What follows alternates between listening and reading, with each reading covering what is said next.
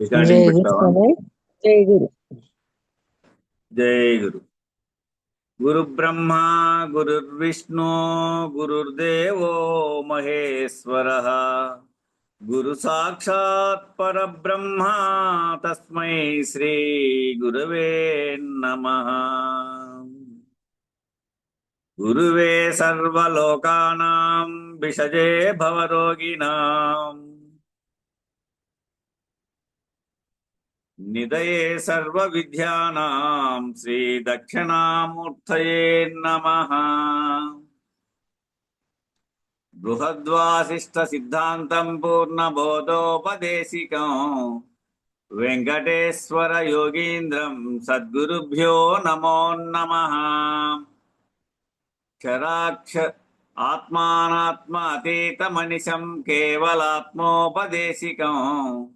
శ్రీ వేముల రామయార్య యోగీంద్రం సద్గురుభ్యో నమో నమః. క్షరాక్షరమతీతం చ అచల పూర్ణోపదేశిక శ్రీ పూర్ణానంద పుల్లయార్య సద్గురుభ్యో నమో నమః. అస్మద్గురు సమారంభం కృష్ణ సాందీప మధ్యమాం ఓంకారపీఠ పర్యాంతం వందే గురు పరంపరం. గురు పరంపరముకు జై. జై శ్రీ వెంకటాంబ సమేత శ్రీ పూర్ణానంద పులయారులకు జై. జై శ్రీ ఇందుగల గురు భక్త మండలికి జై. జై గురు.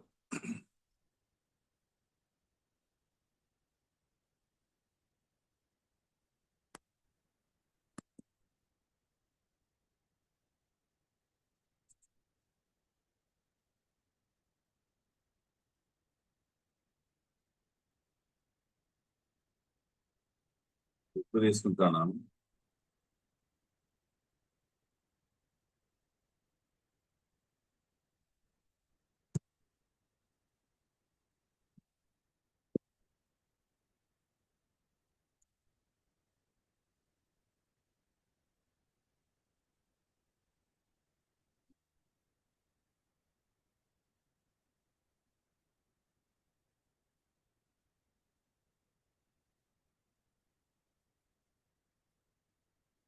నిన్న జరిగిన అంశము తొలుకారు మెరుపు కైవడి అంతలో ఎతటా కనిపించదయ్యా. అంటే ప్రమాత ప్రమేయం సూచేవాడు చూడబడే దృశ్యము, ఆ దృశ్యంలోనే దర్శనం అని, దృక్కు అని, అన్ని దానిలోని భాగాలే. ఈ ద్రష్ట గనుక లేకుండా పోతే, ఈ ప్రమాత లేకుండా పోతే ఏ ప్రమేయము లేదు. కాసేపు ఆ సాక్షికి వీడు ఏమి పేర్లు పెట్టుకున్నాడు? కాసేపు ఆ సాక్షికి వీరు ఏం పేర్లు పెట్టుకున్నారు? ఈ ప్రమాత.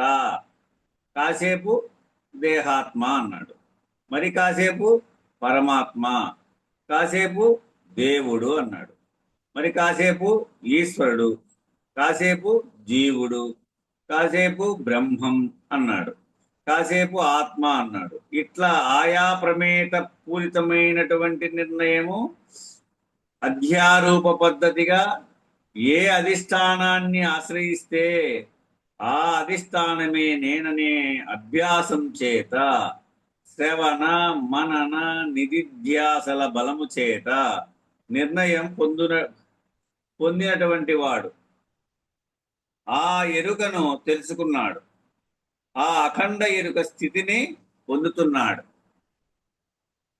సరే, పొందితే ఏమిటయ్యా అంటే ఆ అఖండ ఎరుకకు ఒక లక్షణంగా ఉంటుందట. అది ఏమిటి అంటే కనిపించునయ్యా, అంతలో అచట కనిపించదయ్యా. దీనినే చూస్తున్నంత సేపు ఇది ఉన్నట్టుగా తోస్తుంది. పక్కకు చూస్తే ఈ మూడు ఉపమానాల విషయంలో పక్కకు చూశాడు. పక్కకు చూస్తే ఏమైంది? ఈ మూడు ఉపమానాల విషయంలో పక్కకు చూశాడు. అర్థం ఏమిటట? తొలకరి మెరుపు ఆకాశములో కనపడుతోందిక. ఆకాశంలో కనపడుతోంది కదా, ఆ మెరుపు కనపడే వైపు కాకుండా వ్యతిరేకంగా చూస్తే మెరుపు కనపడదు. ఆ మెరుపు కనపడేటాండే ఆ కనపడుతాండేటువంటి వైపు కింద చూస్తే కనపడుతుంది కానీ వేరే వైపు చూస్తే వ్యతిరేకంగా, దానికి వ్యతిరేకమైనటువంటి వైపు, ఇక్కడ తూర్పును మెరుస్తుంది ఉరుముతుంది అని నేను అనుకో, పరమడు చూస్తే కనపడుతుందా? కనపడదు. అదేదో ఒకే చోట అక్కడ లేదు, అదేదో ఒక చోటే కనబడుతుంది. అలాగే నీటి బుగ్గ, ఆ బుడగలు కాసేపు గాలి బుడగలు ఎక్కడో అక్కడ కనబడుతూ ఉంటాయి. ఎక్కడైతే గాలి తోచిందో ఆ గాలి తోచినప్పుడు మాత్రమే నీళ్ళ మీద ఆ బుడగలు కనపడతా ఉంటాయి.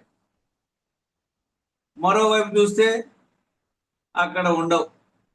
అలాగే ఇంద్రచాపం, అది కూడా దాని వైపు చూసి ఎటు తిరిగితే అటు నీ వైపు తిరిగినట్లు కనబడుతోంది.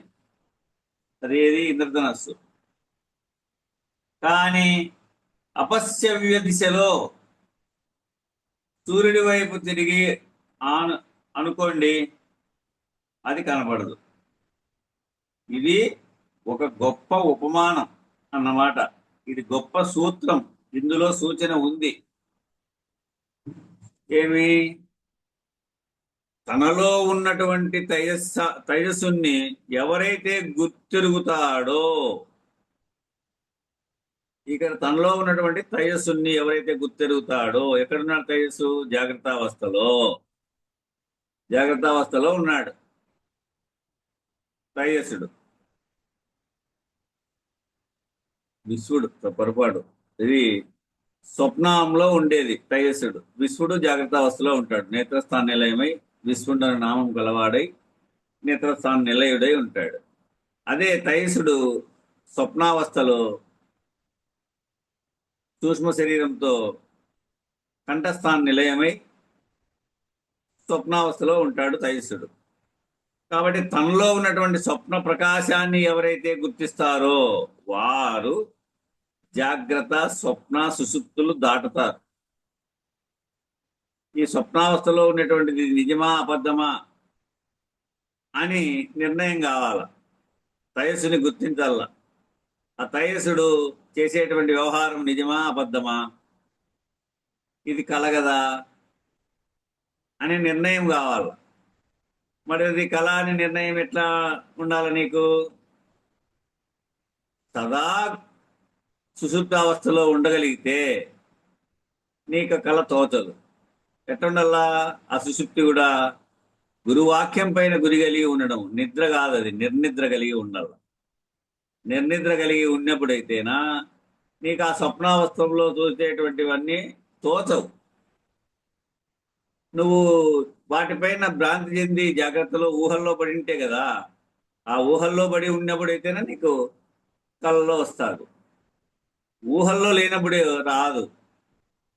మరి ఏ ఊహల్లో ఉండాలి నువ్వు?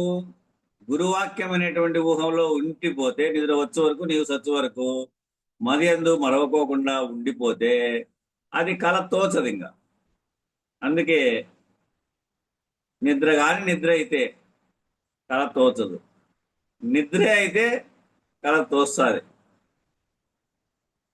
అట్లా కేవలం అంతటా ఉన్నది ప్రకాశమే అనేటటువంటి స్థితిలో ఎవరైతే నిలబడతారో వాడు తురీయ స్థితిలో నిలకడ చెందుతారు.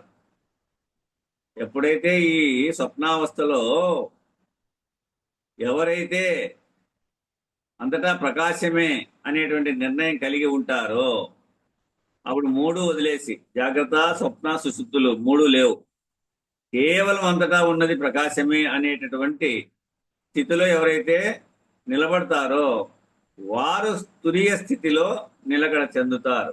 ఇంకా అవస్థలు లేవాడ. తురీయావస్థలో ఏ అవస్థలు లేవు. ఇవి అవస్థలని గమనాశక్తిలో ఉండగలుగుతుందే గాని అనుభవము అనుభవిస్తూ ఉంటాడు. ఇది లేనిది అనేటువంటి నిర్ణయ స్థితిలో తుర్యావస్థి నిలకడ చెందుతాడు. అలా ప్రకాశాన్ని ఆధారంగా చేసుకొని ప్రయాణం చేసేటటువంటి చైతన్య ప్రకాశాన్ని ఆధారంగా చేసుకొని ప్రయాణం చేసేటటువంటి విచారణ మార్గాన్ని ఎవరైతే ఆశ్రయించి ముందుకు వెళ్తారో, నేను ఎవరిని, నేను చైతన్యాన్ని, నేను ప్రకాశాన్ని అనేవి నిర్ణయాత్మకమైనటువంటి స్థితిలో నిలకడ చెంది సంగి, అసంగి, నిసంగి, నిర్మోహి అయినటువంటి వారు ఎవరైతే ఉన్నారో వాళ్ళు ఇప్పుడు నిశ్చల తత్వం అయ్యేటటువంటి స్థాయికి ఎదుగుతారు. ఈ విధంగా ఆ నిశ్చల స్థితిని పొందుతారు. ఈ ప్రకాశాన్ని సూర్యస్థానం వైపు చూశాడు. చూసేటప్పటికి ఏమైంది? ఇంద్రవాచం, ఇంద్రచాపం లేదు. ఒక పక్కేమో కొరడొడ్డింది. ఆ ఇంద్రకిరణాలు వాటిపైన ప్రవేశించాయి. తొలకరి ప్రవేశించింది. కాబట్టి అది ఇంద్రచాపం అయింది. ఆ ఇంద్రచాపము వైపు తొడకోకుండా సూర్యుని వైపు చూసావనుకో, ఇంద్రచాపము ఆడ ఏమీ లేదు. అది బిందువు. ఆ బిందువాకాశ పరిధిలోకి చేరిపోతాడు. ఇట్లా చేరేటటువంటి పద్ధతిని ఇక్కడ సూచన చేస్తూ ఉన్నారు పెద్దలు.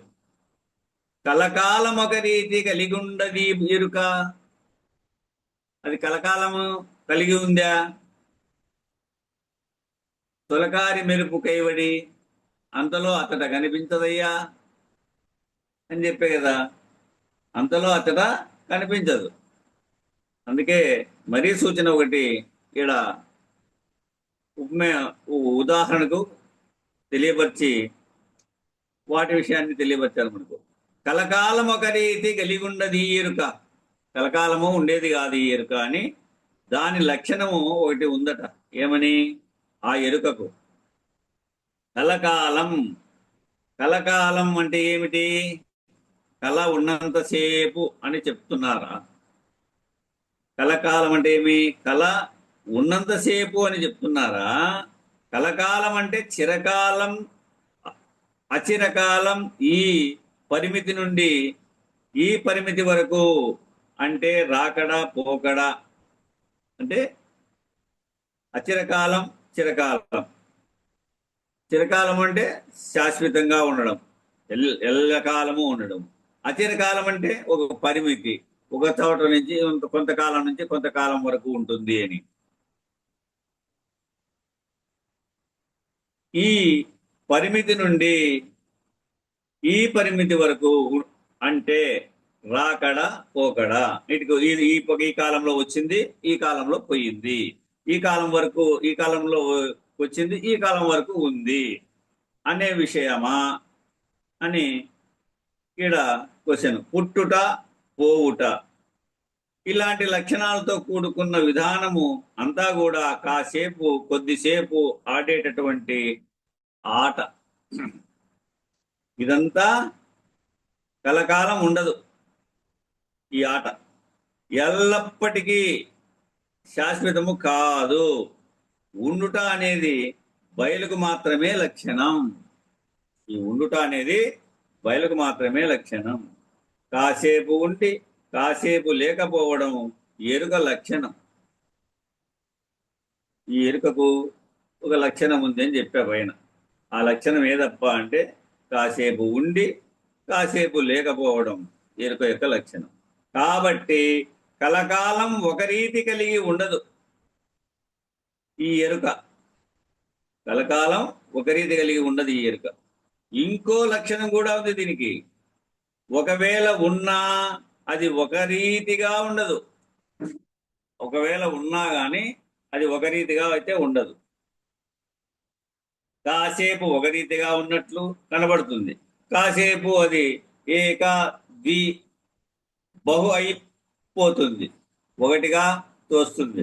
ఆ ఒకటి రెండు అయిపోతుంది, ద్వయం చెందుతుంది, ద్వితీయంగా అవుతుంది. మళ్ళీ ఆ ద్వితీయంగా ఉండేది బహుగా అవుతుంది, ఏకం అనేకం భవతి అనే రీతిగా ఒకటే అనేకంగా తోస్తా ఉంది. అందుకే సంస్కృతంలో మూడే వచనాలు: ఏక, ద్వి, బహు. ఒకటి, రెండు, అనేకము. ఎందుకని అలా పెట్టారట అంటే ఇది సృష్టి ధర్మం. కాసేపు చూస్తే అద్వైతంగానే ఉన్నట్లుగా కనపడతాడు, మహాశాంతి స్వరూపుడుగా కనపడతాడు, సాక్షి స్వరూపుడుగా కనపడతాడు. ఇంతలో ఏదో తోస్తుంది, తోచగానే ఒకటి రెండు అయ్యాడట. తాను అయినది తాను కానిది చేతనము అచేతనము ఇలా తోస్తుంది. తోచగానే రెండు కాస్త ఏమైపోయింది? ఇప్పుడు మరో రెప్పపాటులో బహు అనేకత్వం అయిపోయింది. మరో రెప్పపాటులోనే బహు అనేకత్వముగా తోచింది. జడచేతనములు అయిపోయింది, జీవావరణం అయిపోయింది, ఇంద్రియావరణము అయిపోయింది, విషయావరణము అయిపోయింది. ఇలా మనలో అనేక రకాలైనటువంటి ప్రపంచాలు తోస్తూ ఉన్నాయి. 8 తనువులతో కూడినటువంటి 8 వ్యవహారములు, 8 ప్రపంచములు, 8 జగత్తులు అష్టతను నిర్ణయంగా తోస్తున్నాయి. 8 తనువులతో కూడినటువంటిది. పిండాండ తనువులు 4, బ్రహ్మాండ తనువులు 4. 8 వ్యవహారాలు, అష్ట వ్యవహారాలు కలిగి ఉంది. ఈ అష్ట వ్యవహారాలు ఏవి అంటే ఇవి వేదాంత పంచదశలో చదివాను, గుర్తు లేదు. దాంట్లో చూస్తే గమనించవచ్చు. 8 ప్రపంచములు, 8 జగత్తులు అష్టతను నిర్ణయంగా తోస్తున్నాయి. అందుకని ఏమన్నారు? కలకాలం ఒక రీతి కలిగి ఉండది ఎరుక. కలకాలము ఒక రీతిగా కలిగి ఉండేదైతే కాదు. పిండాండంలో చూద్దామా? 5 x 5, 5 × 25 పద్ధతిగా వ్యవహారం, పంచవింశతిగా. మళ్ళా దానికి సాక్షి జ్ఞాతగా ఉన్నాడు. బ్రహ్మాండంలో చూద్దామా? బ్రహ్మాండంలో కూడా 5 × 5 25గా తోస్తున్నాయి. వాటి వ్యవహారాలన్నీ, వాటి లోకాలు, లోకంబులు, లోకేశులు, లోకస్తులు తెగిన తుది అలోకంబకు పెంజీకటి కవ్వలల ఏకాకృతిని వెలుగు. ఇది గజేంద్ర మోక్షంలో పద్యం. ఇది లోకంబులు, లోకేశులు, లోకస్తులు తెగిన తుది అలోకంబకు పెంచీకటి కవ్వలకేకాకృతిని వెలుగు అంది భాగవతం. కాబట్టి ఈ లోకంబులు, లోకేశులు, లోకస్తులంతా ఆ బ్రహ్మాండం, అందులో ఒకానొక అణువు ఈ జీవుడు. మరి ఈ పిండాండం, ఈ జీవుడు, ఈ పిండాండము అంతా కూడా ఆ బ్రహ్మాండంలో, అందులో ఒకానొక అణువు ఈ జీవుడు గాని, ఈ పిండాండం గాని. వీడు ఏదో 50, 60, 70, 100 ఏళ్లలో ఏదో చేశారని కర్తృత్వ భావాన్ని, అభిమానాన్ని, భోక్తృత్వ అభిమానాన్ని పొందుతున్నాడు. 10 మంది పిల్లల్ని కన్నానో, 10 మంది పిల్లల్ని కన్నానో, 10 మందిని పెంచాను అనో, లేక ఒక్కడినే కన్నాను అనో, లేక అసలు కనలేదనో, ప్రతిదీ అభిమానయుతమే. అది నేనంత ఒకనే చేసి, ఇదంతా నేను ఒకనే చేసి, ఇది ఇంత నేను నిలబెడితే, అది నిలబెడితే అని. లేక అసలు కనలేదనో, ప్రతిదీ అభిమానయుతమే. అలాగే 7 అంతస్తుల మేడ తనలోనే ఉండగా బయట కట్టేటటువంటి 3 అంతస్తులనే గొప్పగా చూసుకుంటూ ఉంటాడు. చిన్న సిమెంట్ ఇటుక రాలితే, ఒక చోట ఎక్కడైనా సున్నం పోతే, ఎక్కడైనా కాస్త మట్టి చేరితే ఆ జీవితమంతా పాడైపోయినట్లు దుఃఖపడిపోతూ ఉంటాడు. 7 అంతస్తుల మేడ తనలోనే ఉండగా బయట కట్టినటువంటి ఆ 3 అంతస్తులనే చూస్తూ ఉంటాడు. చిన్న సిమెంట్ ఇటుక రాలితే చాలు, దాని మీద దృష్టి కలిగి చింతన పడతాడు. ఒక చోట ఎక్కడైనా సున్నం పోతే చాలు, ఇక్కడ పోయింది అని ఈ సంవత్సరం చూసే కలర్ రేపు సంవత్సరం చూసేవాడు కాదు ఆదిమూలం అశ్వత్థ స్వాముల వారు. ప్రతి సంవత్సరానికి మార్చి మార్చి వేయించుకుంటా ఉండే. అది చూసుకుంటూ ఉంటాడు. చిన్న సిమెంట్ ఇటుక రాలితే చాలు, ఒక చోట ఎక్కడైనా సున్నం పోతే, ఎక్కడైనా కాస్త మట్టి చేరితే ఆ జీవితం అంతా పాడైపోయినట్లు దుఃఖపడిపోతూ ఉంటాడు. ఒక సూచనా వాక్యం చెప్తా ఉండే, కట్టేదైతే ఎంతైనా కట్టుకోవచ్చు, సంవత్సరానికి ఇంత కట్టుకుంటూ పోవచ్చు, కానీ దాన్ని శుద్ధిగా పెట్టుకోవాలంటే కష్టతరము అంటాడు సత్తయ్య గారు. నిర్మాణం చేసేదైతే సంపాదనలో ఎట్లా ఎట్లా సంవత్సరానికి ఒకటి కట్టుకుంటా సంపాదించుకుంటా పోవచ్చు, కానీ దాన్ని శుద్ధిగా పెట్టుకోవాలంటే కష్టము అని చెప్పేవాడు. అట్లా వేసుకున్న వస్త్రం ఒక మూల చిరిగితే ఏదో బ్రహ్మాండం బద్దలైంది అనుకుంటాడు. ఇట్లా రకరకాలైనటువంటి బలహీనతలు ఇవన్నీ. వేసుకున్నటువంటి వస్త్రం అంటే తాను దొరుకున్నటువంటి ఏదైనా అంగి కావచ్చు, పంచి కావచ్చు, ఏ వస్త్రమైనా కావచ్చు, ఎక్కడైనా కొంచెం చినిగితే ఏదో బ్రహ్మాండం బద్దలైంది అనుకుంటాడు. ఇట్లా రకరకాలైనటువంటి బలహీనతలు ఇవన్నీ ఏక ద్వి బహు. అందుకని ఏమన్నారు? కలకాలం ఒక రీతి కలిగి ఉండదు ఈ ఎరుక. అందుకే ఇట్లా మార్పు చెంది, ఇట్లా చింతన చెంది విషయవాసనలో మునుగుతా ఉంటాది కాబట్టి ఈ కలకాలము ఒక రీతి కలిగి ఉండదు ఈ ఎరుక అని నిర్ణయంగా చెప్పేశారు. మరి మేము ఎలా తెలుసుకోవాలి? ఎలా తెలుస్తుంది? ఆ నిశ్చల తత్వం జీవన్ముక్తి అవ్వాలి అంటున్నారు కదా. ఇక్కడ నిశ్చల తత్వం జీవన్ముక్తి కావాలి అని అంటున్నారు కదా. మరి ఆ విషయాన్ని మేము ఎలా తెలుసుకోవాలి అంటే, సద్గురు కృపచేత బోధ పొందినటువంటి వారు ఎవరైతే ఉన్నారో వాళ్ళకి ఏం చెప్తారు అంటే, పగలుని రాత్రి అని, రాత్రిని పగలు అని చెప్తారు. కళ్ళ ఎదురుగుండా పగలు కనిపిస్తుంది, ఇది రాత్రిరా బాబు, పగలు కాదు, ఇది రాత్రి అంటారు. రాత్రిపూట అందరూ నిద్రపోతూ ఉంటే లేపి, ఇది రాత్రి కాదు పగలు, నిద్రపోతున్నావు ఏమిటి, లే అంటారు. అట్లా దేశికులైన వాళ్ళు, సద్గురువులైనటువంటి వాళ్ళు సాధకులను ఉద్ధరించే పద్ధతి ఇది. దానికి తగిన వాడే సరిపోతాడు. అందుకే మొట్టమొదట ఈ కన్నార్థం మొదలైనప్పుడే కూడా ఈ విషయాన్ని తెలియపరిచారు. చూడండి, సత్సంగత్వే నిస్సంగత్వం, నిస్సంగత్వే నిర్మోహత్వం, నిర్మోహత్వే నిశ్చలతత్వం వరకు వచ్చిన వాళ్ళే ఈ జీవన్ముక్త స్థితికి నిలబడగలుగుతారు. వాడికి పగలు రాత్రి భేదం ఉండదు.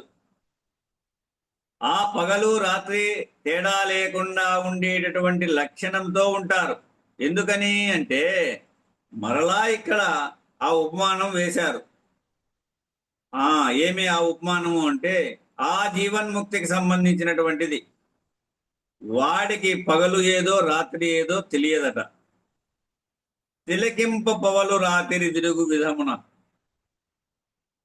ఈ కందార్థంలో ఒక వచనంగా ఉండేటువంటిది ఇది.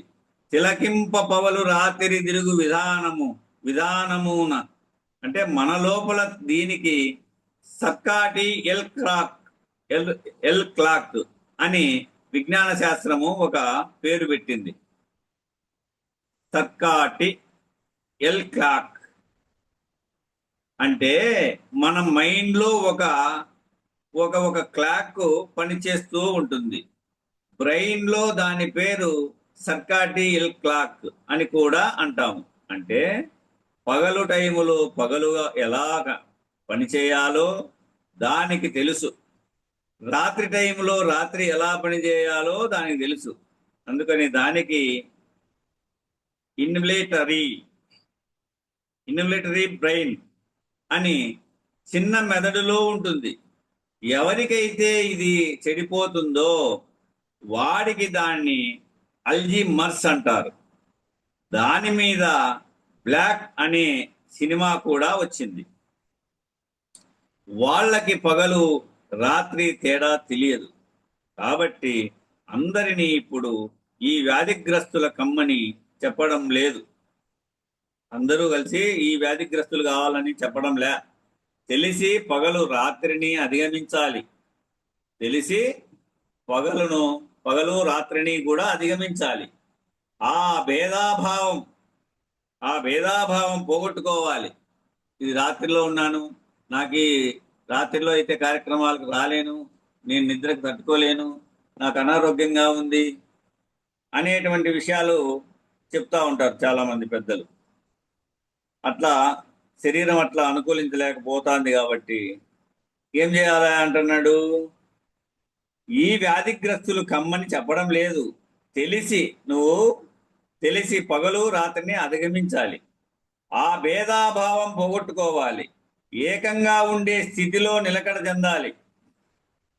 అప్పుడు వాడు జీవన్ముక్తుడు. వాడిని వాడిని పొద్దున్న పలకరించిన బ్రహ్మనిష్ఠుడే. వాడిని పొద్దున్న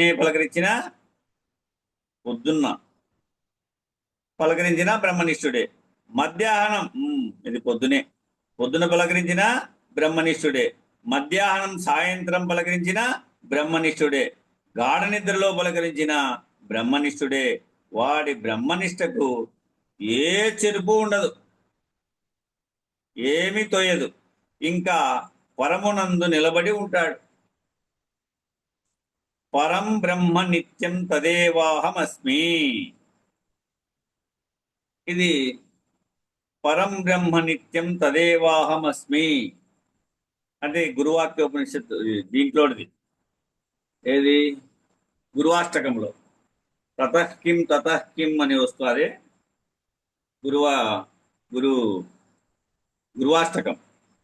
పరం బ్రహ్మ నిత్యం తదేవాహమస్మి. ఈ బ్రహ్మం అనేటువంటి ఎరుక లేనిదని తెలిసిన వాడై ఉంటాడు. అది పరబ్రహ్మము. అందుకని అన్నిటికీ కారణం పరబ్రహ్మము అని చెప్పకూడదట.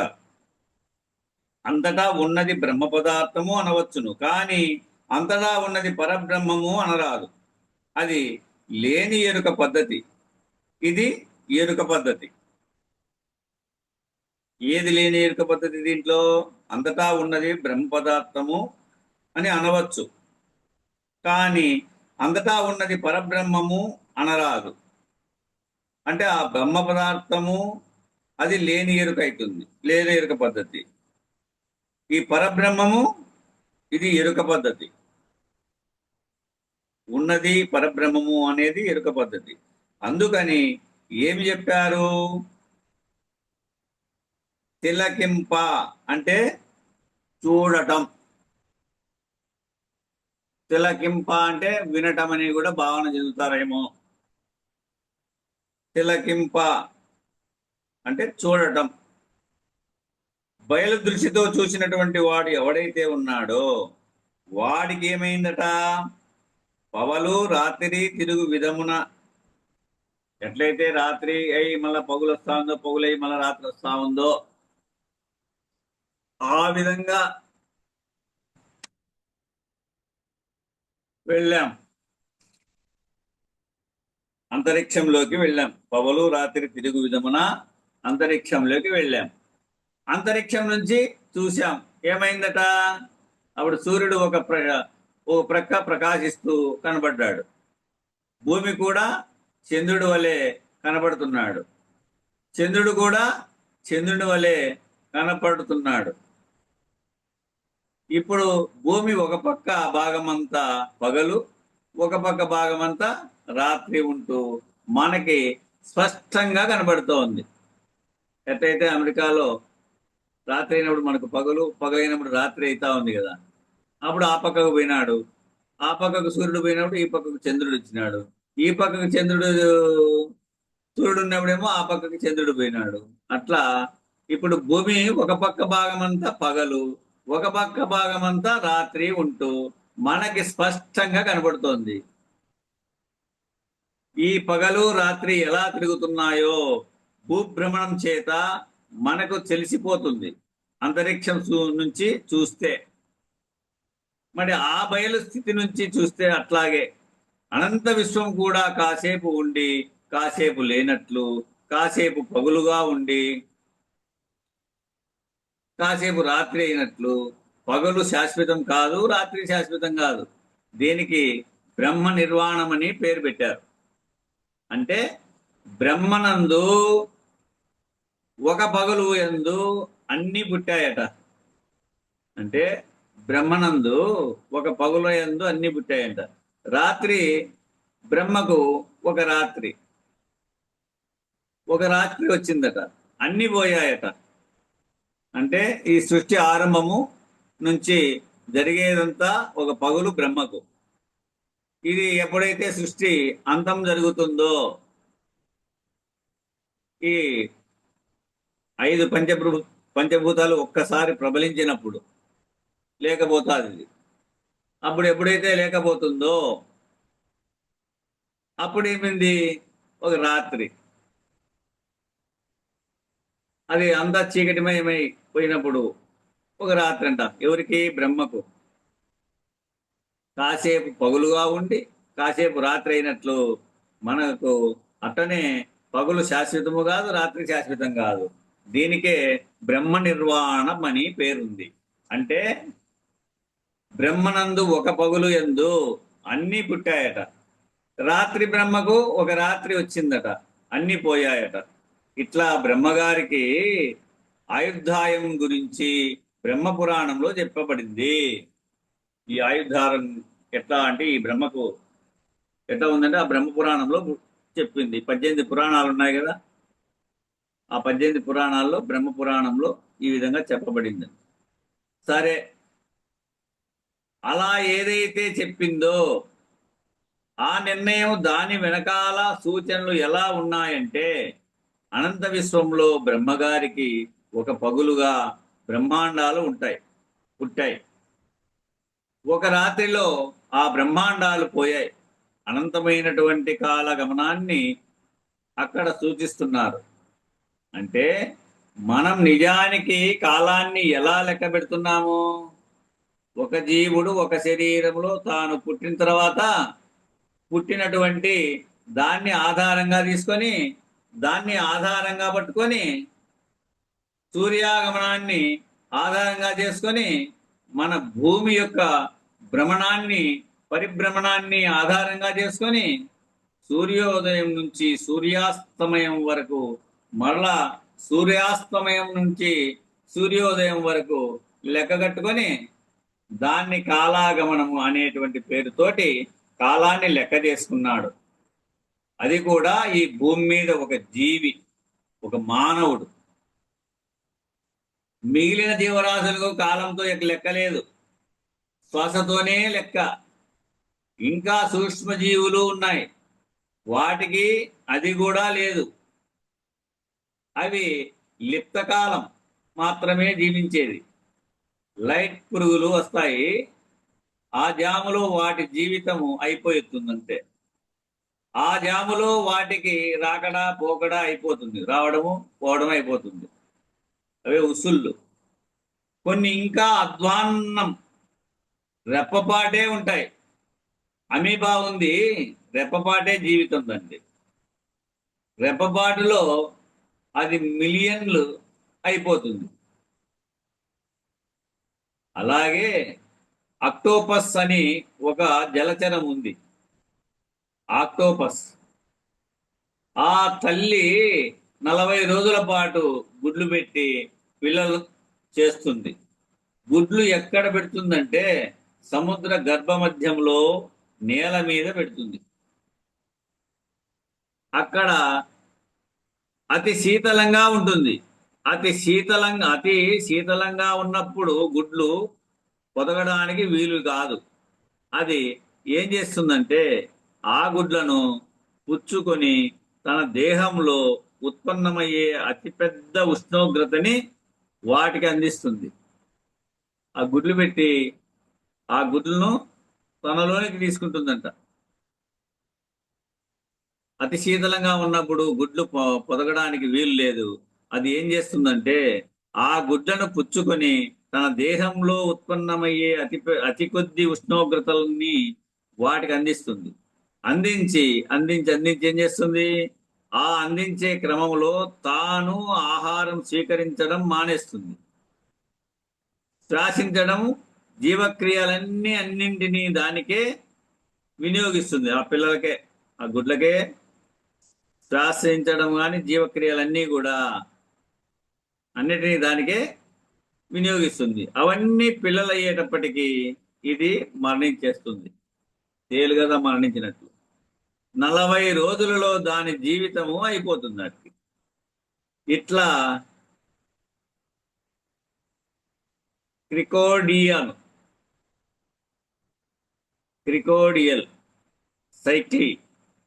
సైకిల్ చాలా భిన్నంగా ఉంటుంది.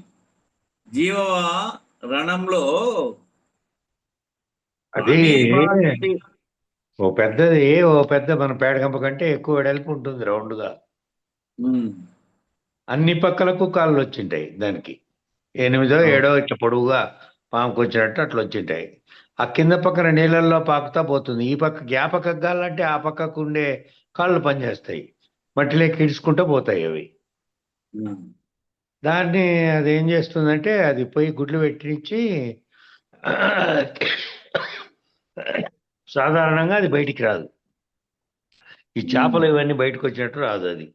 అంతర్భాగంలో లోపల వైపు 100 మీటర్ల కింద మట్టికాడే ఆడాడి తినుకుంటూ దొరికే వస్తువులు తినుకుంటూ ఉంటుంది కదా. అది అది వేడికి దాంట్లో పెట్టుకొని ఇచ్చేస్తుంది.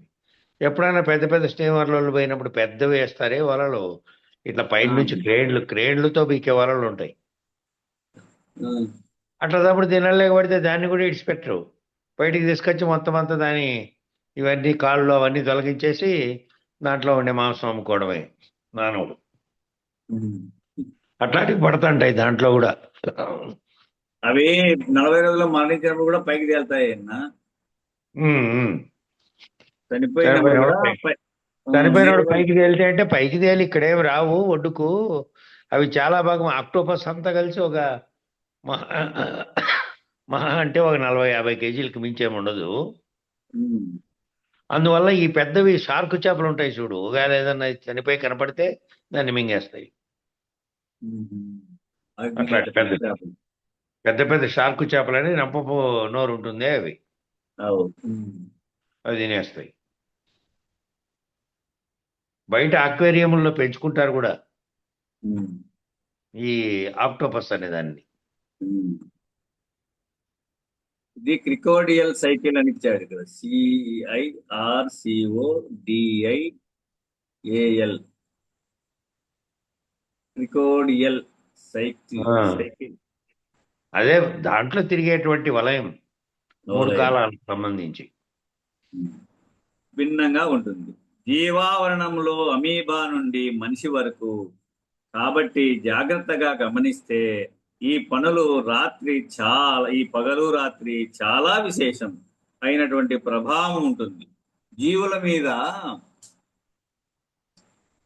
అయినటువంటి ప్రభావం ఉంటుంది జీవుల మీద, ముఖ్యంగా మానవుడి మీద కూడా ఈ విధమైనటువంటి ప్రభావం ఉంది. అందులో ముఖ్యంగా మనోబుద్ధుల మీద, మానవునికి ఉండేటువంటి మనసు బుద్ధుల మీద. మానసికమైనటువంటి వ్యాధులు ఉన్న వాళ్ళకి పగలు రాత్రి తేడా ఉండక ఆ ప్రాబ్లమ్స్ వస్తూ ఉంటాయి. Rigid brain, left brain rigid చేస్తాడు, మళ్ళా కొంచెం బాగా మాట్లాడినట్లు ఉంటాడు, కొంచెం బాగా నిద్రపోయినట్లు ఉంటాడు, మళ్ళా రివర్స్ అయిపోతాడు. రైట్, ఇది రైట్ ఏమో. రైట్ బ్రెయిన్, లెఫ్ట్ బ్రెయిన్, చిన్న బ్రెయిన్ పెద్ద బ్రెయిన్ మధ్య బ్యాలెన్స్ కోల్పోతారు. ఇట్లా రకరకాల సమస్యలతో కూడుకొని ఉంటుంది. కానీ ఇవన్నీ దాటినటువంటి వాడు ఎవరైతే ఉన్నాడో వాడు నిర్మోహి. నిశ్చలమైనటువంటి బ్రహ్మరంధ్ర స్థానంలో నిలిపినటువంటి వారు ఎవరైతే ఉన్నారో, సదా బయలుస్థితి యందు దృష్టిని నిలిపినటువంటి వారికి పగలు ఏమిటి, ఇంకా రాత్రి ఏమిటి? ఎలా పగలు రాత్రి? ఎలా పగలు రాత్రి లేనివని నిర్ణయం అయిపోయిందో జ్ఞాన దృష్టి చేత విజ్ఞానం ఏం చెప్పింది? పగలు లేదు రాత్రి లేదురా బాబు, భూమి ఎప్పుడు ఒక్క తీరుగానే ఉంది. సూర్యుడి వైపు ఏ భాగం ఉంటే ఆ భాగం పగులని అనుకుంటున్నావు. సూర్యుడికి ఆపోజిట్ గా ఉన్నటువంటి భాగాన్ని రాత్రి అని అనుకుంటున్నావు.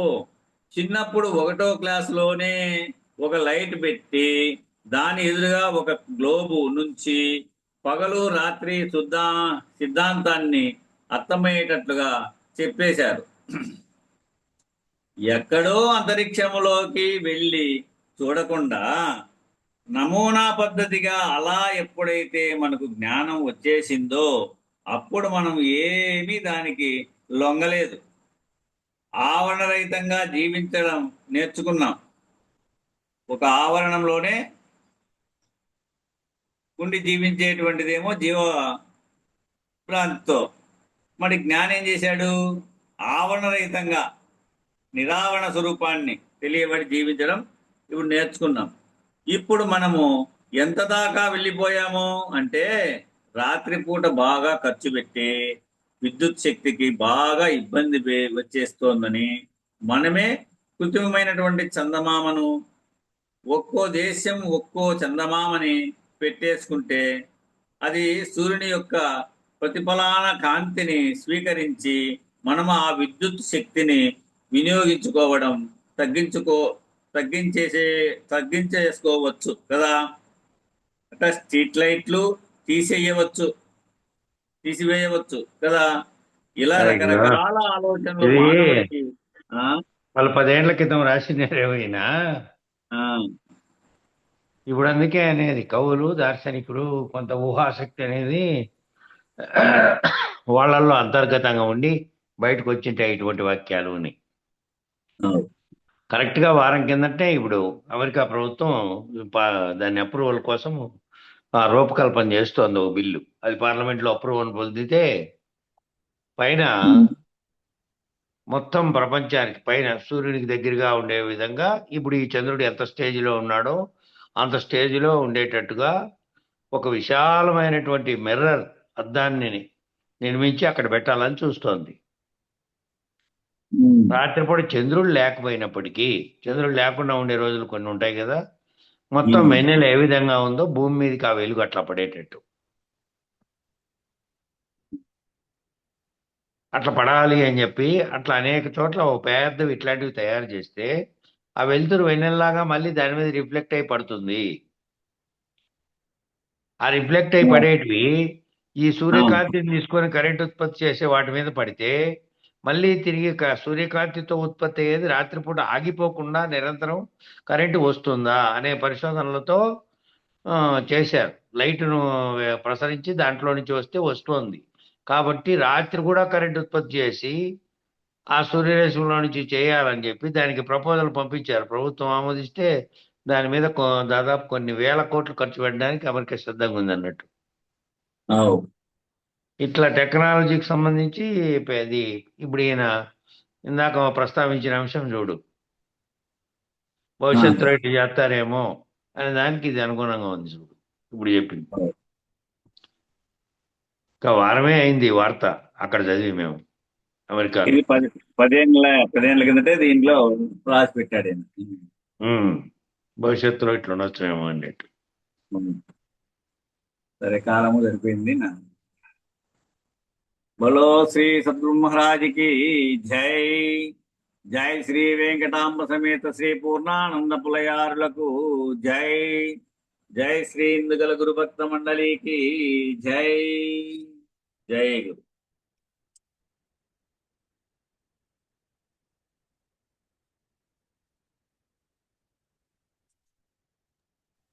మంగళం నువ్వే కదా చెప్పు. అవును, చెప్తాను, తీస్తాను. నిర్వికారాయ సకల నిత్యముక్తిదాయకాయ నిర్గుణాయ నిర్మలాయ నిత్యమంగళం సగుణ నిర్గుణ రహితాయ సంకల్పవర్జితాయ సర్వసాఖ్యతీతునకు సత్యమంగళం సత్తు చిత్తు సమసిపాయ శత్రు సంహారణాయ ఒత్తిలేని దీపముని కిత్తు మంగళం చేతలన్నీ ఉడిగిపాయ చేసేదేమి లేకపాయ శేషమ్మ మనసు మీలో చేరే మంగళం పరిపూర్ణాయ సకల భవ్య దివ్య రూపాయ పరశురామాయ సీతారామ మంగళం ఎల్లకాలములందు విడతగని బ్రహ్మంబు తెల్లముగ శిష్యులకు తేటపరచి యుల్లమూరంజిల్ల కల్ల ఎరుకను మాన్పు పల్ల పోతుల పుల్లయారులకును జయమంగళము నిత్య శుభమంగళం జయతు జయమంగళం మహోత్సవ మంగళం మంగళం శ్రీ గురుదేవాయ మహనీయ గుణాత్మనే సర్వలోక శరణ్యాయ సాధు రూపాయ మంగళం ఓం శాంతి శాంతి శాంతి జై గురు తర్వాత అది అది రికార్డింగ్ ఆఫ్ చేస్తాం ముందు